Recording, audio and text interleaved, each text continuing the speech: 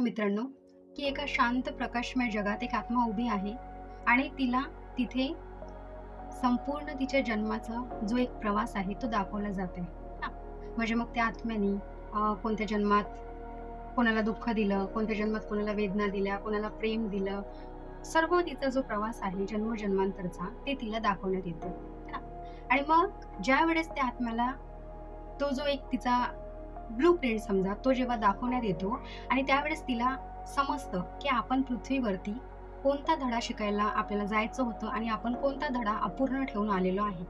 मग त्यावेळेस त्या आत्म्याला तिथे परत ती ब्लूप्रिंट आणि मग तिचे जे धडे असतात ते तिला दाखवण्यात येतात, की तुला ह्या जन्मात जर आता तुला एखादा माफी शिकायची असेल किंवा एखाद्याला प्रेम देणं शिकायचं असेल किंवा एखाद्या जीवाचं किती अनमोल जीव आहे ते तुला बघायचं असेल, ते तुला फील करायचं असेल है ना, तर ते तुला जर शिकायचं असेल तर मग तसंच त्या आत्म्याचा जो प्रवास असतो तो तिथे तिची ब्लूप्रिंट तयार होऊन मग ती परत पृथ्वीवरती येऊन तिचे जेही कार्मिक लेसन असतात ते ती शिकते है ना. म्हणजे आपण कधीतरी बघतो की एखादी घटना आपल्या डोळ्यासमोर खूप वाईट विचित्र घटना होते, न्यूजमध्ये आपण बघतो आणि अचानक आपण त्याच्यावरती कॉमेंट करतो की हे असं नाही व्हायला पाहिजे होतं. पण त्याच्या मागचं डीप जे सत्य असतं है ना, जे तळातलं सत्य असतं ते काय आहे ते जर आपण जाणून घेतलं तर आपण कोणाच्या घटनेमध्ये इंटरफेअर करणारही नाही. आणि आपले काय काय लेसन आहे, आपण इथे कुठले कुठले लेसन म्हणजे कोणते कोणते असे धडे आहे जे शिकण्यासाठी आलो, कारण की तो धडा कम्प्लीट केल्यानंतर आपल्याला तो धडा परत शिकायची गरज नाही. म्हणजे प्रेमाचा म्हणा किंवा एखाद्याला माफ करण्याचा म्हणा है ना, आपण ते रागावरती कंट्रोल कसं करायला पाहिजे ह्या सर्व गोष्टी. तर आजचा हा जो व्हिडिओ आहे मित्रांनो, हा याच्यावरतीच आधारित आहे की तुमच्या सोल प्लॅनमध्ये है ना कोणते कार्मिक असे लेसन असतात, कोणते कार्मिक असे धडे असतात जे तुम्हाला शिकायचे असतात. आणि तुम्हाला शिकता शिकता दुसऱ्यांचा जर कोणता धडा तुम्ही बघितला तर त्याच्यात तुमचं इंटरफेअर नसायला पाहिजे किंवा त्याच्यामुळेही त्या इंटरफेअरमुळे सुद्धा तुमचं जे कर्म आहे, आपण म्हणतो ना एक एक कर्म आपले वाढू शकतात. एक शब्द जरी बोललो आपण तरी आपला एक कर्म तिथे तयार होतो है ना, मग तो शब्द पॉझिटिव्ह असो की निगेटिव्ह असो. तर ह्या सर्व गोष्टी आजच्या व्हिडिओमध्ये आपण समजून घेण्याचा प्रयत्न करणार आहोत मित्रांनो. तर आजचा हा जो व्हिडिओ आहे हा खूप सुंदर, हा जो आपला आजचा जो प्रवास आहे तो खूप सुंदर होणार आहे. तर पूर्ण व्हिडिओ नक्की बघा. तुम्हाला काय वाटतं ह्या कर्माबद्दल, ह्या प्लॅनबद्दल, ह्या धड्याबद्दल? तर तुमचे जेही काही विचार असतील मला कॉमेंटमध्ये सांगा आणि आतापर्यंत चॅनलला सबस्क्राईब नसेल केलं तर प्लीज चॅनल सबस्क्राईब करा. तर सुरू करूया आजच्या या व्हिडिओला. तर कल्पना करा मित्रांनो, एका शांत प्रकाशमय जगात एक आत्मा उभी आहे. तिच्या समोर तिच्या अनेक जन्मांचा संपूर्ण प्रवास उघडलेला आहे. तिला तिच्या प्रत्येक निर्णयाचे जेही काही परिणाम आहे ना ते तिला दिसत आहे त्या धड्यामध्ये. तिने कुणाला आनंद दिला, कुणाला दुःख दिलं आणि मग तिच्या समोर एक प्रश्न विचारला जातो की पुढच्या जन्मात तू कोणता धडा शिकायला तयार आहेस. क्षणभर शांतता पसरते आणि आत्मा उत्तर देते, यावेळी मला रागावर विजय मिळवायचा आहे, क्षमा शिकायची आहे आणि प्रत्येक जीवाचं जे मूल्य आहे ते समजून घ्यायचं आहे. पण पण काय होतं, पृथ्वीवर आपण जेव्हा जन्म घेतो, पृथ्वीवर जन्म घेताच ते सर्व जी आपण म्हणतो ना आपल्या माथ्यावरची जी पट्टी आहे ती पुसली जाते. म्हणजे आपण सगळं विसरतो इथे आल्यावर. मग सुरू होतो जीवनाचा जो खरा प्रवास आहे तो. मित्रांनो बघा, आजचा हा व्हिडिओ म्हणजे कोणत्याही व्यक्तीबद्दल किंवा निर्णय देण्यासाठी नाही आहे. कोणाच्या व्यक्तीचा एखादा निर्णय असेल किंवा काय त्याच्यासाठी नाही आहे, ठीक आहे. कोणत्याही दुःखद घटनेचं कारण निश्चित सांगण्यासाठीही नाही आहे. हा व्हिडिओ फक्त आणि फक्त एका आध्यात्मिक दृष्टिकोनातून एक विचार मांडण्याचा प्रयत्न केलेला आहे की काही आध्यात्मिक परंपरा आणि काही जे लेखक आहेत ते असा विचार मांडतात की आत्मा प्रत्येक जन्मातून काही ना काही शिकून पुढे जात असतो. जर हे खरं असेल तर आपल्या आयुष्यात येणाऱ्या कठीण प्रसंगाचं अर्थ काय असू शकतं है ना. तर याच आत्म्याच्या प्रवासात आज आपण एकत्र प्रवेश करूया मित्रांनो. तर बघा मित्रांनो, एका गावात एक आरव नावाचा एक तरुण राहत होता. त्याला लहानपणापासून एकच प्रश्न पडायचा की माझ्याच आयुष्यात एवढे संघर्ष का येतात.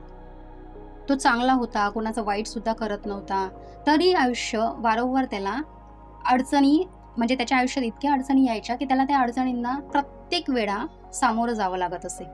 एके दिवशी काय झालं, त्याची भेट एका वृद्ध साधक जो होता, जे ध्यानी असतात बरोबर, साधक अशी झाली. आणि आरवने विचारलं की गुरुजी, जर देव न्यायी असेल, जर देव खरंच न्याय करतो तर चांगल्या माणसांनाही दुःख का मिळतं, वाईट माणसांना नाही मिळत. म्हणजे असे त्याचे जे संभाषण होतं, जे काय बोलणं ते सुरू होतं ते साधकाशी. मग साधक हसले.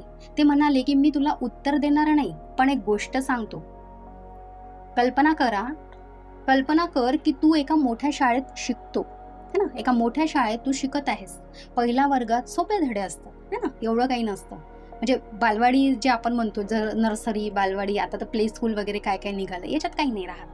मग आपण KG1, KG2, त्याच्यानंतर फर्स्ट स्टँडर्ड, अशा पहिला वर्ग, दुसरा, मग याच्यात सोपे सोपे धडे असतात. मग तू एका मोठ्या शाळेत शिकत आहेस. पहिल्या वर्गात सोपे धडे असतात, पुढच्या वर्गात कठीण परीक्षा असतात है ना.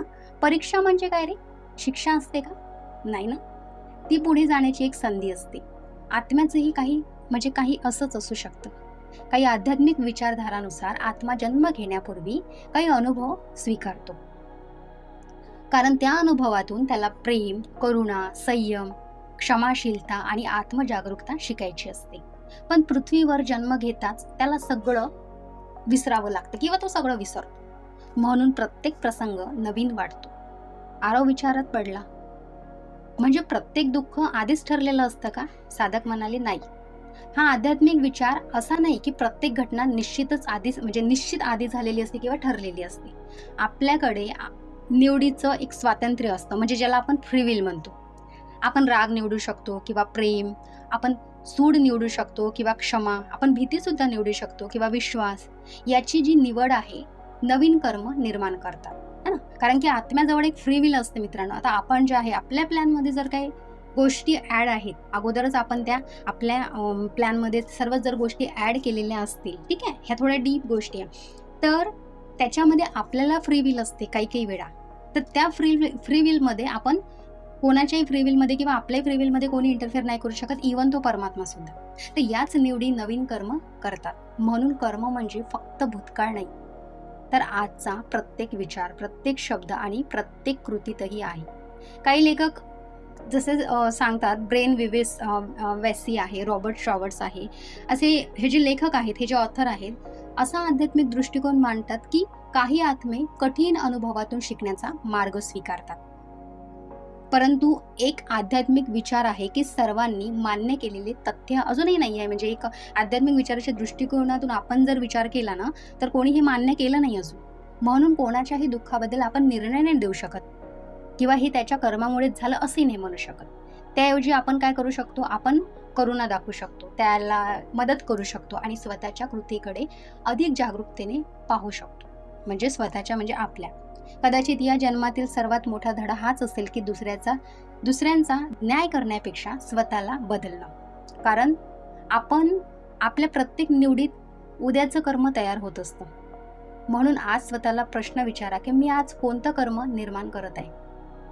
कदाचित याच उत्तरात आपल्याला, म्हणजे त्या प्रश्नामध्येच उत्तर आपलं दडलेलं असतं. तुमच्या आत्म्याच्या पुढच्या प्रवासाची जी दिशा आहे त्याच उत्तरात लपलेली असते.